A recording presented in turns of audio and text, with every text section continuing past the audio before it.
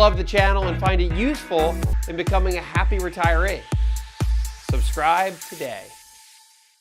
Dave joins us from Smyrna. Dave, what's going on? Good morning. How can I help? Yes, Wes. Good morning to you. Here's my situation. I'm 66, soon to be 67 in 5 weeks. I'm presently employed with the federal government, and I hope to retire within 12 months. I have about $547,000 in my thrift savings plan, and of that I have 63% in the G fund, 12% in the F fund, and the other 25 is in the C, S, and I fund. I'm considering transferring it to Vanguard.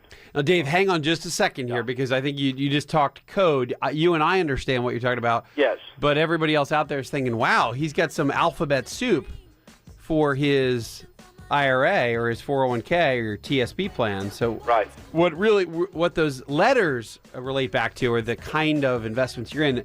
You are thinking you're approaching the non-working years, ready to kind of retire.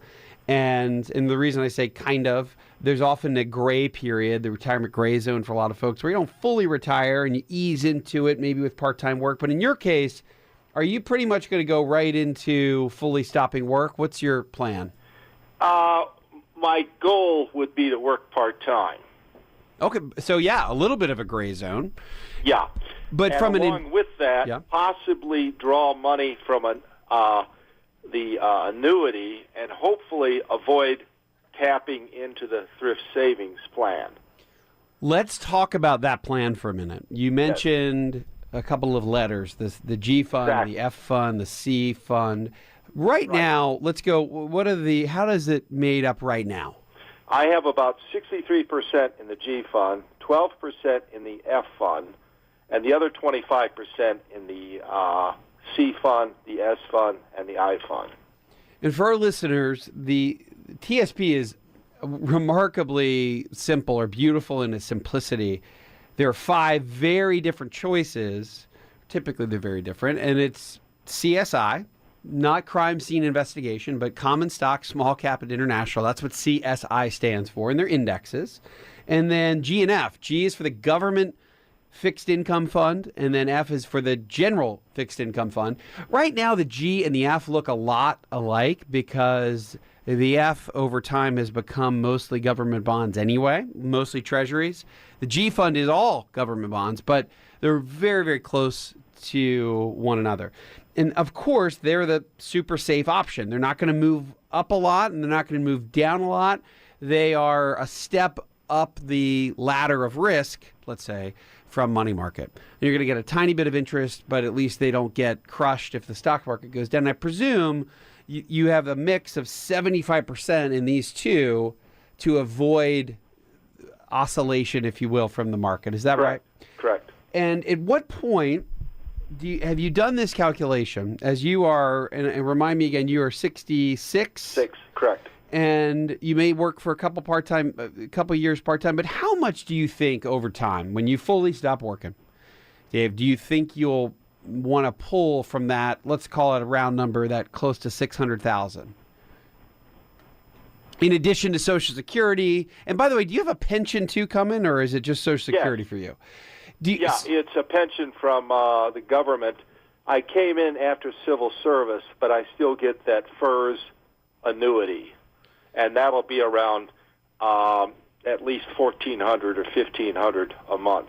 Right. Okay. And FERS, again, there's more. This is jargon-free Sunday, Dave. But FERS, for our other listeners, that's the Federal Employee Retirement System pension, right? Okay. So you've got a couple different pieces, which is really the way you want to do it.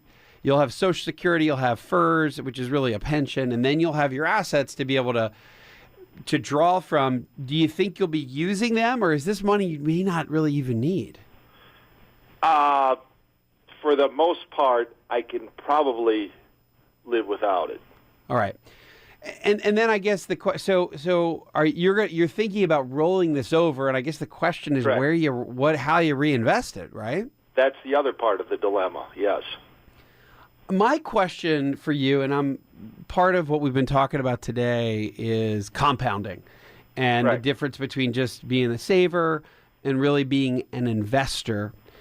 And there's a massive difference between the two, right? Right. The saver is maybe good about putting money away, and sometimes that works. If you have a super, super, super high income, you can be a saver and kind of make your goals. And 99% of America is kind of just plugging away, putting money in, or a moderate amount of money in every quarter, every week, or every 2 weeks.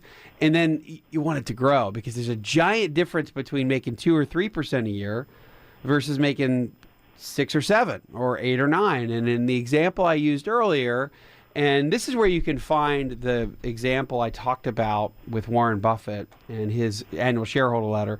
I wrote this for the Atlanta Journal-Constitution, so you can find this on ajc.com or myajc.com or at wesmoss.com under the title of the article is The New Verdict on the 4% Rule for Retirement.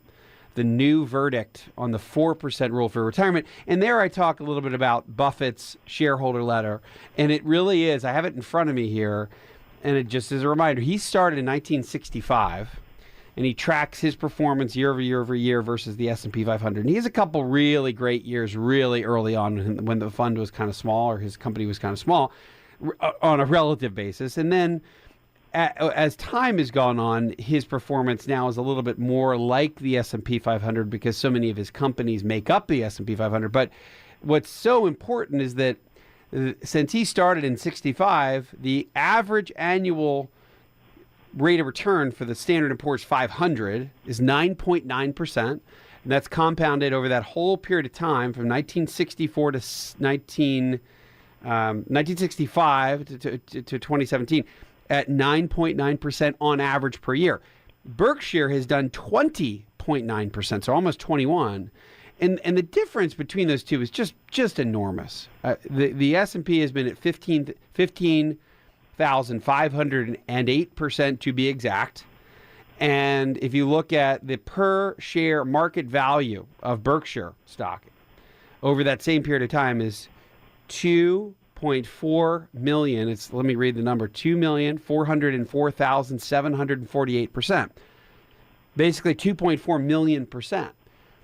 There's this just enormous difference if you can find a strategy or anything that compounds like that. And then I think the reason I bring that up, and I wanted to talk this through with you, is that you can look at this a lot of different ways, but if you don't need the money and you're not worried about the risk, then I think you can potentially take on a little bit more risk. Hang on, we've got to do a quick break. This is a perfect question for Money Matters. So hang on, Dave from Smyrna. We'll get back to you as soon as we get back from breaks.